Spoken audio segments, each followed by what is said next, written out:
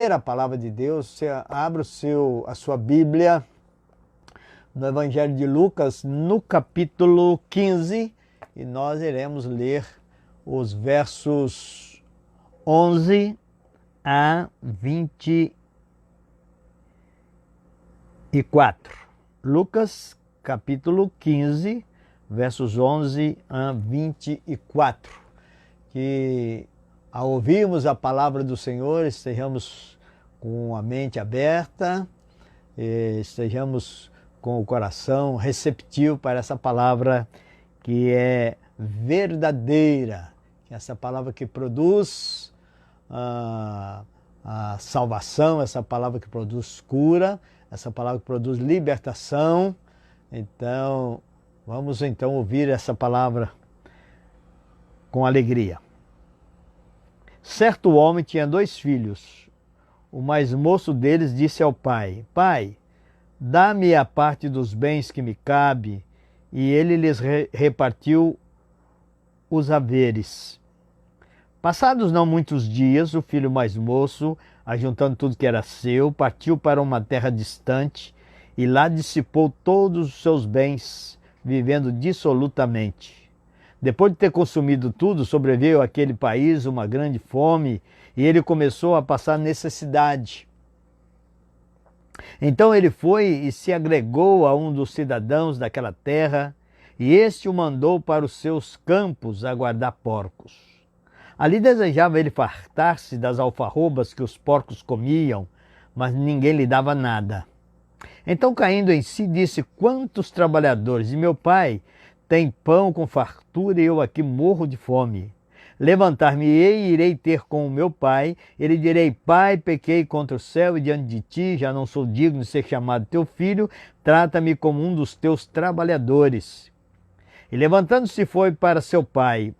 Vinha ele ainda longe quando seu pai o avistou e, compadecido dele, correndo, o abraçou e beijou. E o filho lhe disse: Pai, pequei contra o céu e diante de ti, já não sou digno de ser chamado teu filho.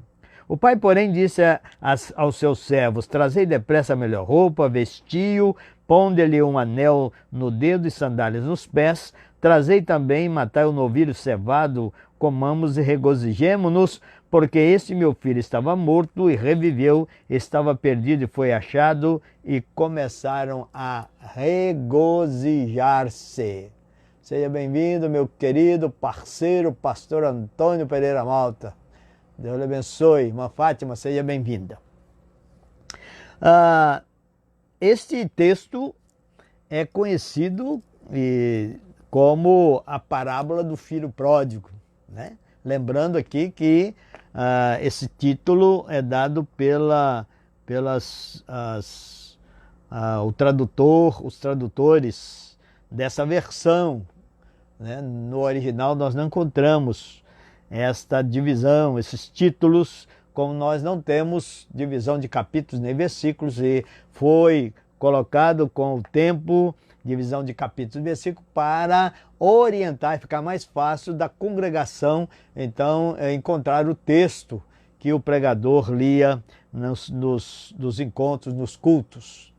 Mas aqui nós estamos diante desta parábola, e essa parábola ela se desenvolve no seio de uma família judia.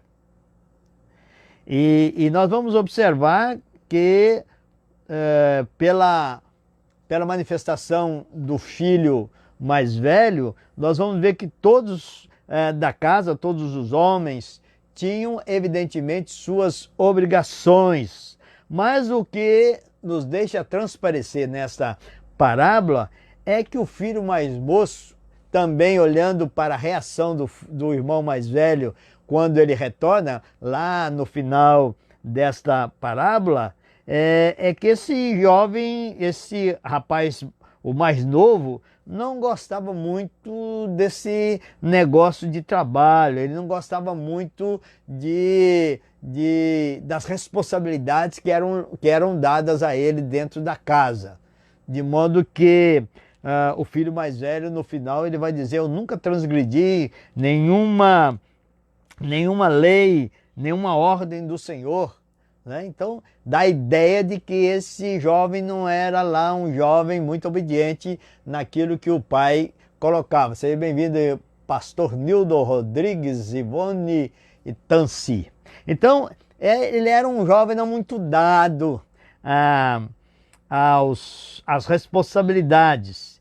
E se nós fôssemos comparar nos dias atuais, ele bem se encaixaria naquele tipo Chiquinho Scarpa.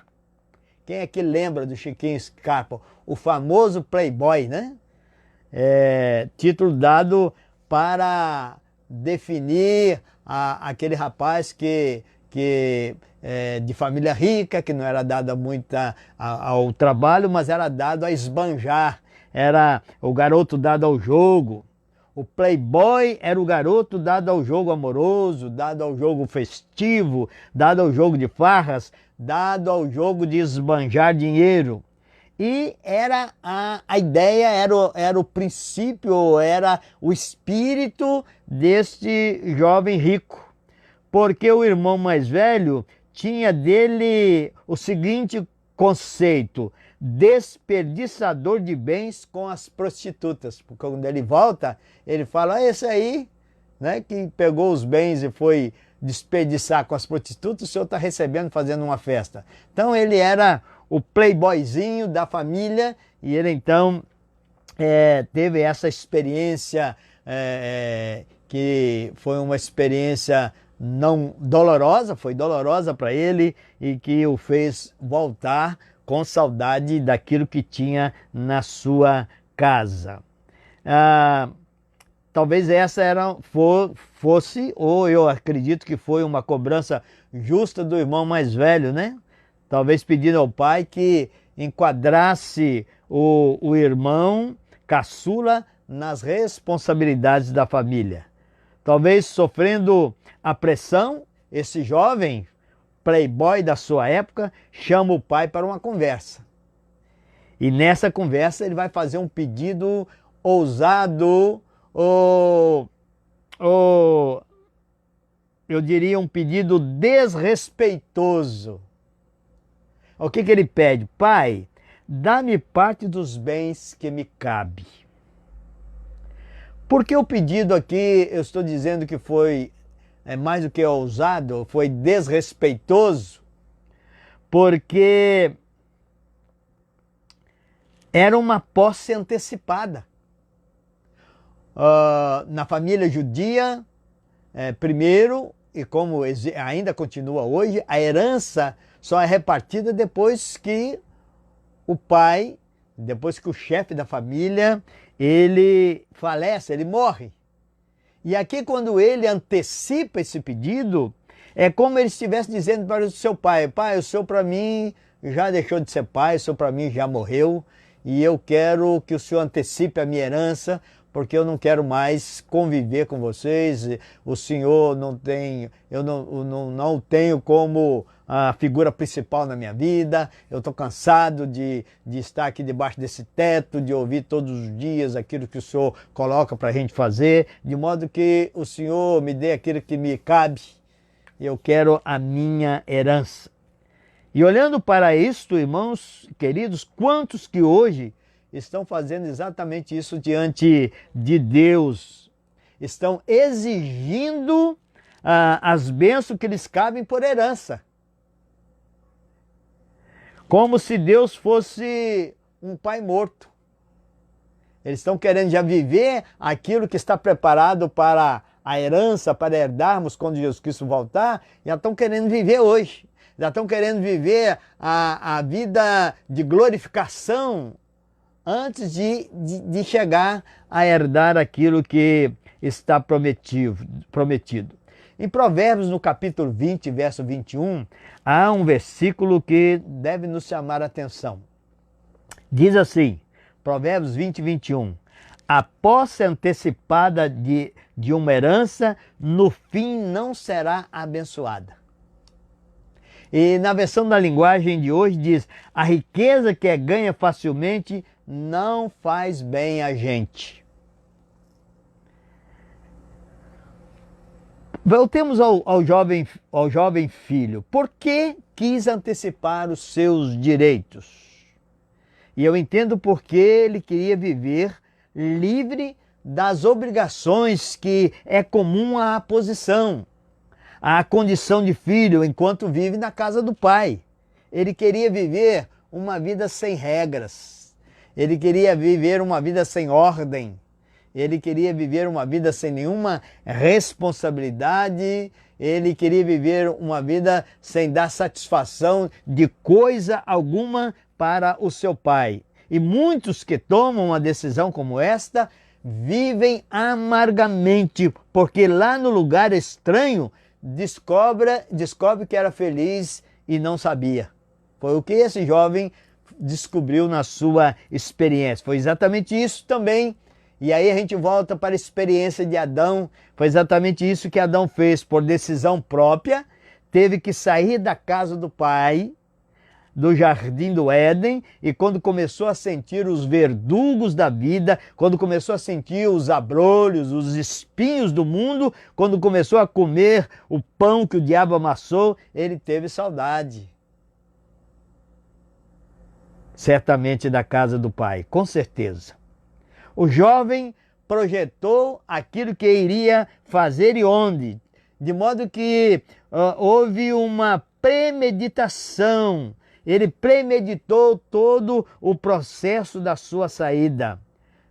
Em poucos dias, diz o texto, em poucos dias, ajuntando tudo que era seu, partiu para uma terra distante, partiu para um outro país. Ele quis ficar tão longe do pai, da casa do pai, para que ninguém soubesse notícia sua e que ele também não soubesse notícia de nenhum daqueles que ele estava deixando para trás. E diz o texto que lá ele gastou todos os seus bens, vivendo dissolutamente. O que é isto? Vivendo como o diabo gosta. Tem muita gente aí vivendo como o diabo gosta, dissolutamente. E aí não são só os jovens, não. Tem muitos adultos, tem gente já de idade avançada que está vivendo uma vida dissoluta em relação àquilo que Deus tem planejado para cada um. Tem vivido uma vida pródiga. Uma vida sem nenhum compromisso em honrar o pai, sem nenhum compromisso com a moralidade, sem nenhum compromisso com a verdade. E aqui nós vamos ver nessa história, nessa parábola que Jesus conta, que esse jovem saiu para viver pervertidamente e de caso pensado, premeditado. Ele saiu para fazer isso. Ele saiu para gozar a vida. Tem muita gente fazendo isso. Tem premeditado seus atos. Como tudo que fazemos sem o aval de Deus, certamente o fim não é agradável, o fim não é feliz. Diz-nos o texto que o rapaz começou a amargar as consequências de ter saído da casa do pai. Gastou tudo que tinha. E para piorar, o país onde ele estava, onde ele havia escolhido para viver a sua vida dissoluta, enfrentou uma grave crise e diz que houve uma grande fome naquele país. E o moço passou a ter necessidade das coisas mais elementares para viver. Ficou sem teto, sem comida, sem companhia das pessoas. Ele ficou só. Tinha perdido o status de filho. Este é o problema de quem quer viver do jeito que o diabo gosta. De quem passa a viver como escravo de Satanás, como escravo do Deus desse século, como escravo do Deus deste mundo, passa a viver segundo o Deus dará. Tinha ele sujeitado a trabalhar como tratador de porcos, isso para o judeu era o fim. A fome era tanta que ele teve o desejo de ser um porco, porque diz o texto que ele desejou comer das alfarrobas dos porcos.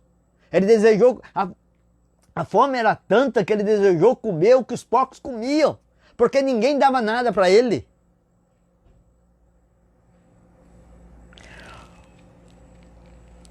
Longe da casa do pai, tendo perdido o status de filho, ele ficou sem provisões, ele ficou sem amigos, ele ficou sem dignidade e ele ficou maltrapilho.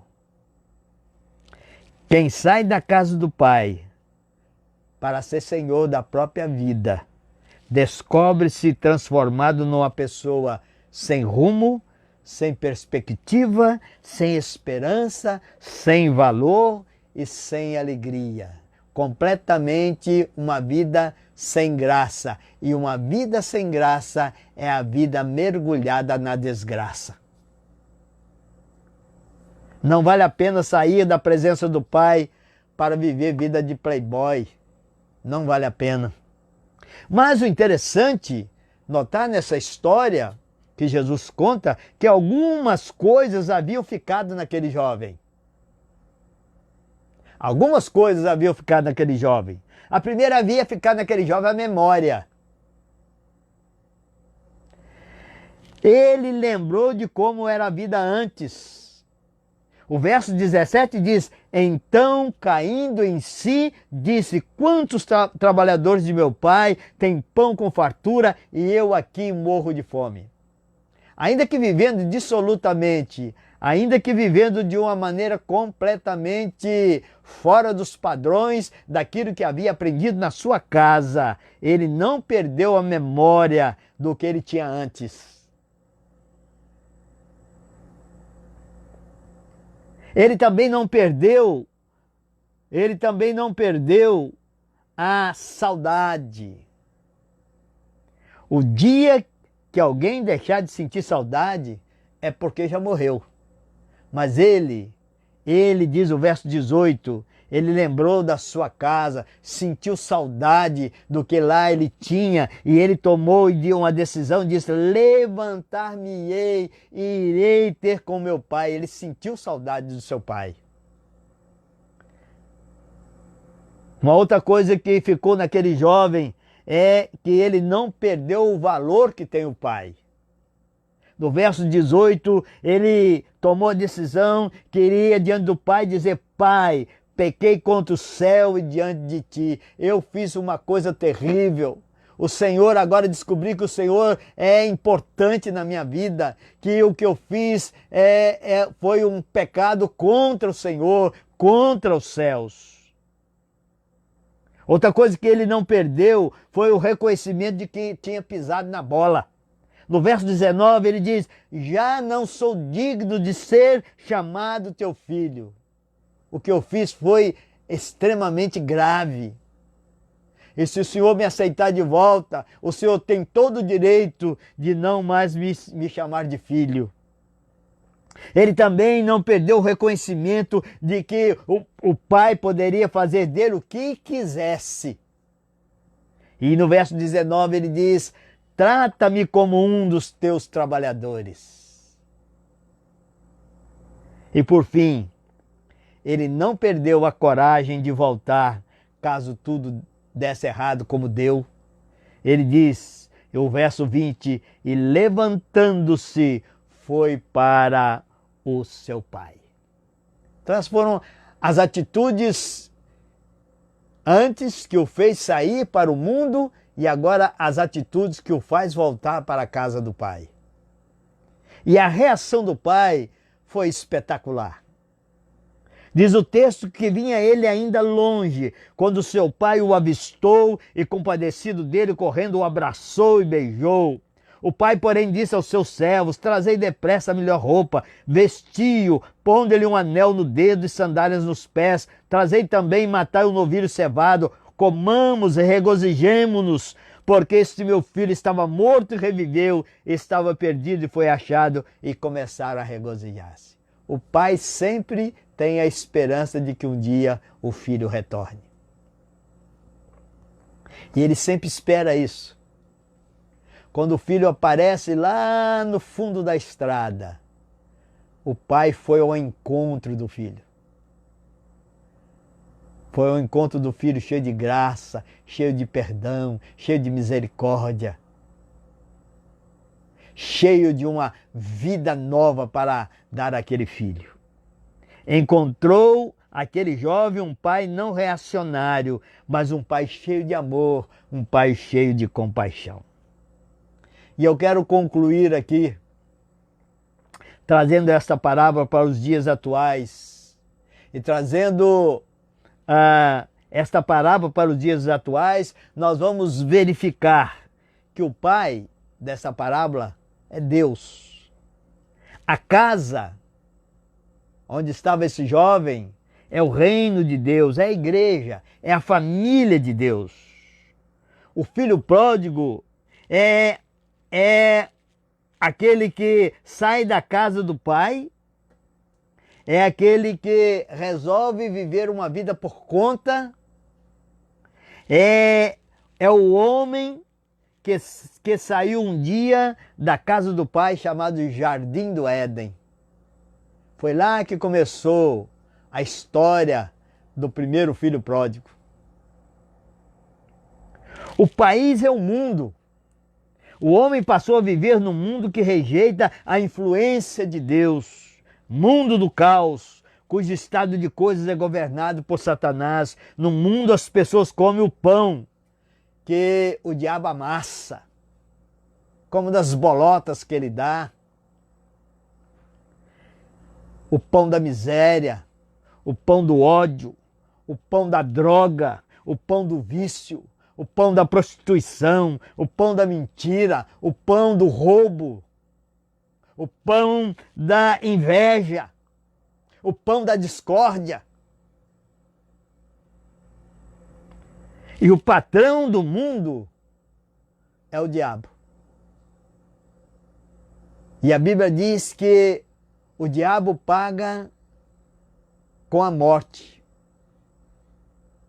porque ele colocou o pecado no homem, e o salário daquele que faz a vontade do diabo, o salário daquele que vive em pecado, é a morte. Mas também a palavra de Deus, a mesma palavra diz, mas o dom gratuito de Deus é a vida eterna em Cristo Jesus, nosso Senhor.